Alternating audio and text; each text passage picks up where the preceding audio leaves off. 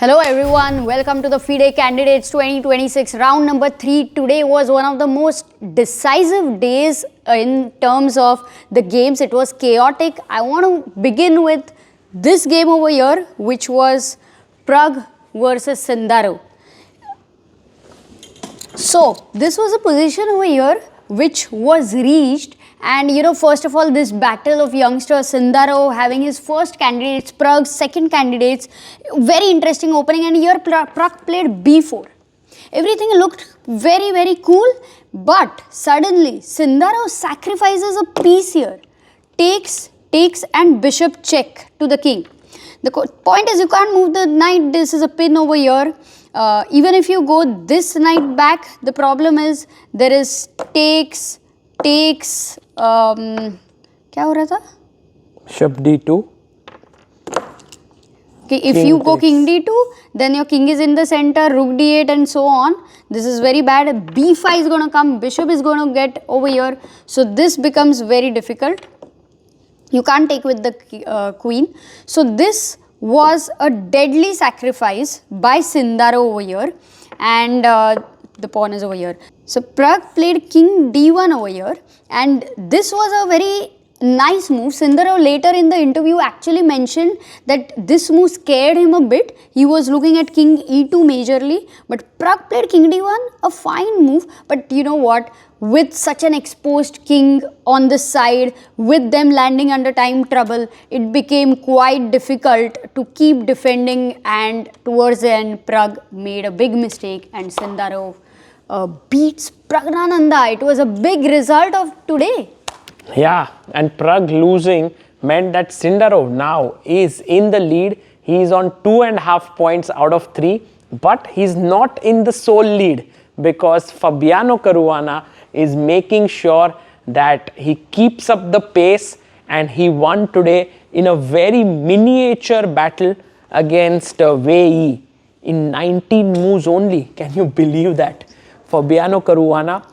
So in this and also position, he reached 2800. Yes, he reached 2800, and Wei Yi had come very well prepared. He had a lot of time on the clock, but Caruana saw that he's 2 pawns up. He cannot castle. His king is in the center. He played rook g1, and with this move, he's trying to trap the bishop with g4. Wei Yi said, "I don't care." He castled, and now Fabi did go g4 with the idea of rook g3 to trap the bishop here. It turns out that the best move is knight f6 to keep pressure here, and black is doing fine. But first wrong step was rook c5. He came back, Caruana, and now came the huge blunder by Wei Yi. He played knight to e5. Something went wrong in his mind, because after takes, rook takes, Fabi played a very neat move. He simply played knight to d1, and you will see that everything is on the last rank, but the queen attacks the bishop, and there is absolutely no way to protect it. 2 pawns down with another piece hanging. At this point, Wei Yi resigned the game, and Fabiano Caruana joined Sindarov in the lead with 2.5 points out of 3.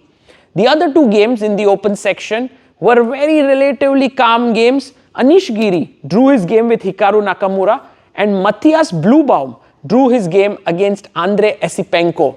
So these are the standings we have right now. Sindarov and Fabi in the lead, and then the rest follow, and it will be very interesting to see the round number 4, because Fabi and Sindarov both face off against each other. Pragg versus Matthias Bluebaum. Yes, Pragg takes on Matthias Bluebaum. It was a very interesting round in the women's section, because Divya Deshmukh was playing Alexandra Goryachkina, and Divya was in a tough position from the opening itself. And we joined the game somewhere here just to show you that Divya was in big trouble. In fact, here Divya is black, she's a pawn down, and Goryachkina took the pawn. Rook takes b3, and the rook came to b5, offering a trade of rooks. Actually, this was the best move. Goryachkina went rook a8, and this gave Divya some chances to hold the game. Even this is lost, but somehow Divya managed to hold on. But you can see how to win this. Rook b5, let's say rook a3, a5, and now my idea is to bring my king here and just queen. So you go check, king e5, and you go and attack the pawn. And now a very cool move is f4, because this 2 pawns block 3 pawns, and after rook takes g3, you simply play a6 and bring your rook to b6. And in this way, this is locked, and I can simply get my king here and win the game. So Goryachkina could have won this game in this manner. It was not so difficult for her, but she did not play it well, and Divya escaped miraculously with a draw, a very important draw for her. And also for Vaishali, she managed to hold a very steady draw against Anna Muzichuk. So that means both Divya and Vaishali are unbeaten with 1.5 points out of 3. 3 draws for both. In the women's section, we had draws in the first 2 rounds, right? So no decisive games. But today, we saw some complete chaos on the board. I want to show you one moment from the game of Katerina Lagno, who's playing with the black pieces here, and her opponent is Tan Zhongyi. So what happened here is black to move. It's a very beautiful combination that happened. So white is a piece up, but the queen is kind of cutting off the king. And look at what black played.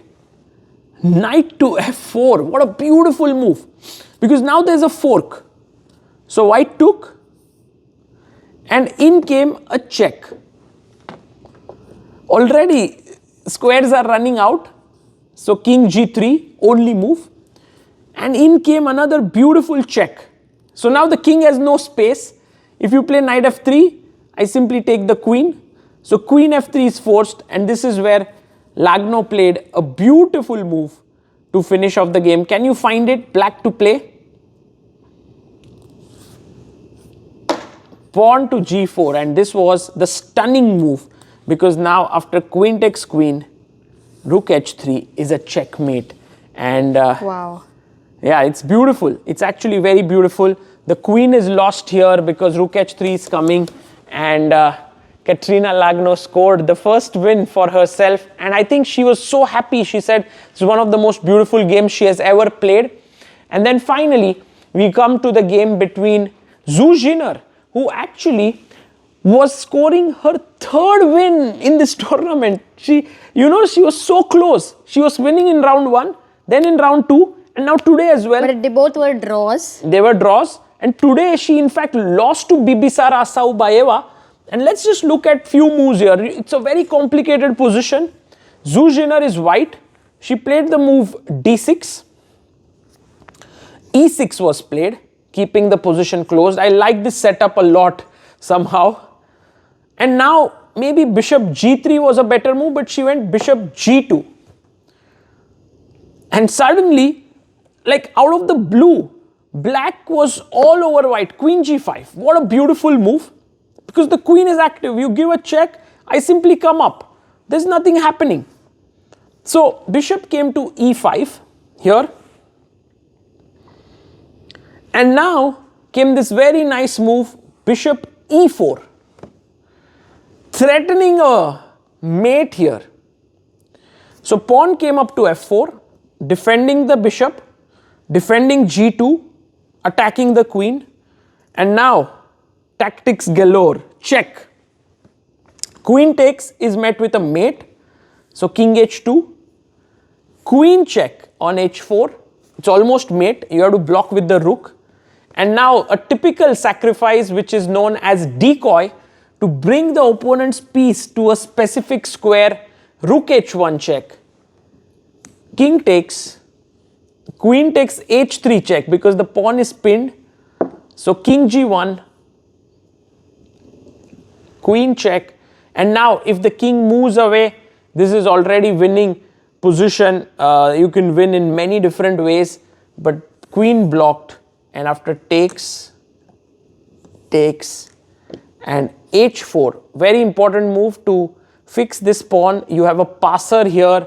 The pawns are just moving like this. You create a passer, and Bibisara managed to win. So a very nice finish. In fact, hers was the first victory in women's Yes. candidates. Like, This candidates, the first win was by Bibisara, second by Katrina Lagno. So in the women's section, things are opening up. It's going to be very, very exciting in round number 4. Slowly and steadily, we are moving upwards in this 14-round event. In the open section, it's already becoming clear that Sindarov and Caruana are looking like the two strongest players in this tournament. But you never know, one wrong step and everyone's ready to climb back up. For now, I hope you like this recap. This is Sagar and Amruta signing off from the Cape St. George's here in Cyprus. Bye-bye.